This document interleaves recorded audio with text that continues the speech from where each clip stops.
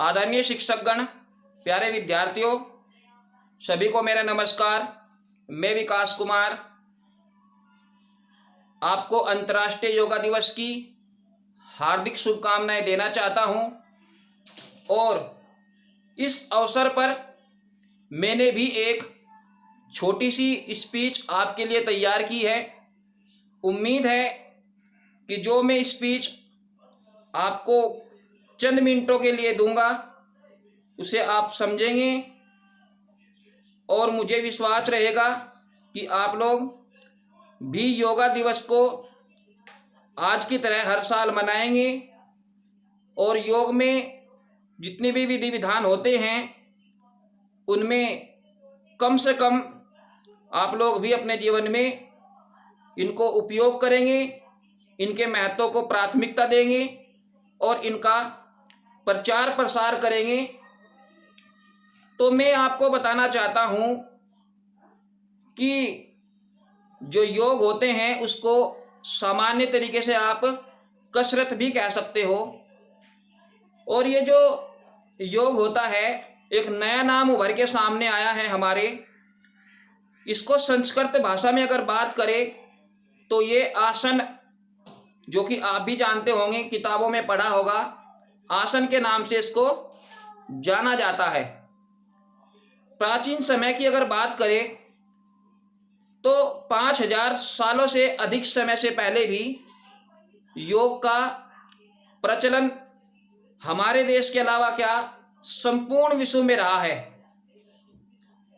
हालांकि आज हमारा जो साइंस है वो बहुत आगे बढ़ चुका है, लेकिन अगर आप किसी न किसी पहलू को देखो, महसूस करो, तो आपको भी जानकारी हो जाएगी कि कई बीमारियां ऐसी है, कई विकार शरीर में ऐसे हो जाते हैं, कई दुख शरीर के अंदर ऐसे आ जाते हैं जिनका सामना हमारे डॉक्टर भी नहीं कर पाते। प्यारे विद्यार्थियों, ये कहीं ना कहीं हमारे शरीर के रोगी होने का कारण हमारा जो रोजाना का कार्य है, जो हम रोजाना करते हैं, सुबह से रात तक लगातार करते रहते हैं, कहीं ना कहीं इसी की गड़बड़ी के कारण ऐसा होता है। तो जो हमारे श्वसन संबंधित रोग हैं, पेट संबंधित रोग हैं, वे सारे के सारे तभी शरीर में वृद्धि करते हैं जब हम अपने शरीर में कुछ छोटे मोटे योगों का बिल्कुल भी ध्यान नहीं रखते, उनका पालन बिल्कुल भी नहीं करते। तो ये छोटी मोटी बीमारी आगे चलकर हमारे जीवन को एक तरीके से नाश की तरफ धकेल देती है और जीवन में कष्ट ही कष्ट आने लगते हैं। प्यारे विद्यार्थियों, आप लोगों ने कहीं किताब में भी पढ़ा होगा कि जो अच्छी आत्माएं होती है वे उसी शरीर में निवास करती है जो शरीर निरोगी हो, और वही शरीर निरोगी हो सकता है जो किसी न किसी माध्यम से योगों से जुड़ा हुआ हो। और 1 या 2 दिन की बात नहीं है, अपने जीवन में लगातार योग को बनाए रखने की आवश्यकता होती है। अगर सामान्य रूप से बात करें, हम हॉस्पिटलों में जाएं तो वहाँ दुनिया भर के मरीज आपको देखने को मिल जाएंगी। जितने भी हॉस्पिटल होंगे उनमें सभी संख्या बहुत ज़्यादा होगी। अगर हम रोजाना अपने जीवन में योग का उपयोग करें तो ऐसी स्थिति पैदा ही ना हो कि हमें हॉस्पिटल में जाना पड़े, हमें साइंस की जो मेडिसिन है उसका उपयोग करना पड़े। सिर्फ हमारी हल्की सी लापरवाही के कारण ही ये स्थिति पनपती है। प्यारे विद्यार्थियों, मैं आपको एक छोटी सी क्रियाकलाप यहाँ करके भी दिखाने वाला हूँ। अगर हम इसको कम से कम करें तो हमारे जो फेफड़े हैं, जो श्वसन मार्ग है, वो भी पूर्ण रूप से संतुष्ट रह सकता है, पूर्ण रूप से स्वस्थ रह सकता है।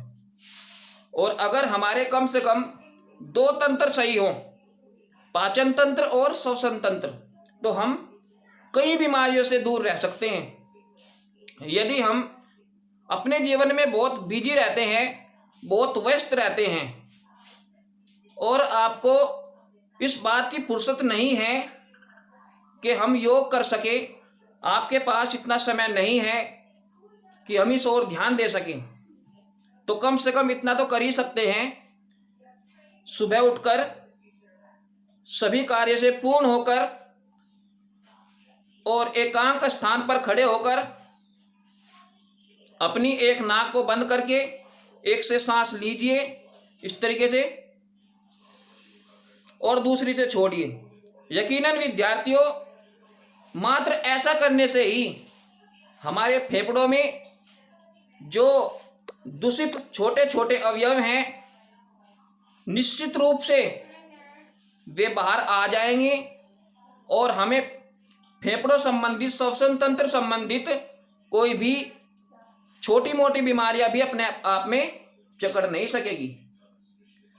तो इसी उम्मीद के सहारे जो है मैं आपको एक बात और बताना चाहता हूं कि वर्तमान समय में जो कोविड-19 कोरोना महामारी चल रही है, ये भी कहीं ना कहीं फेफड़ों से ही संबंधित है।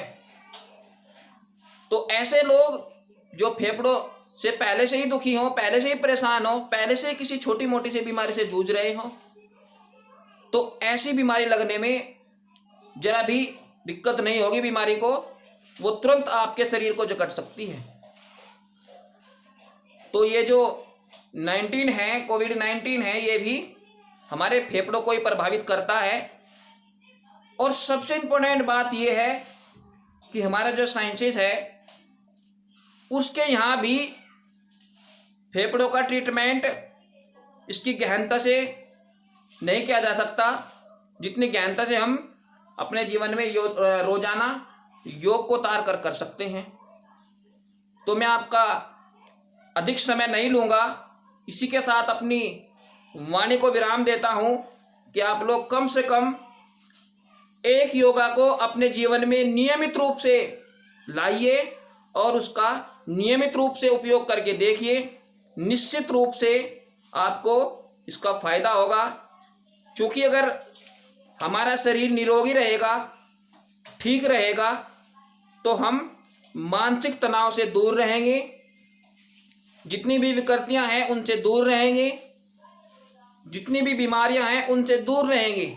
मात्र एक योग कम से कम करने से ही, मैं ये नहीं कहता कि आप पूरा दिन योग करते रहो, लेकिन कम से कम एक योग करने से ही और कम से कम समय में भी करने से हम अपने शरीर को पूरी तरह ठीक रख सकते हैं।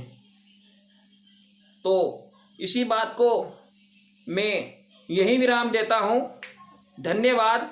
जय हिंद, जय भारत। दोस्तों, आप लोग सभी ठीक रहिए, स्वस्थ रहिए।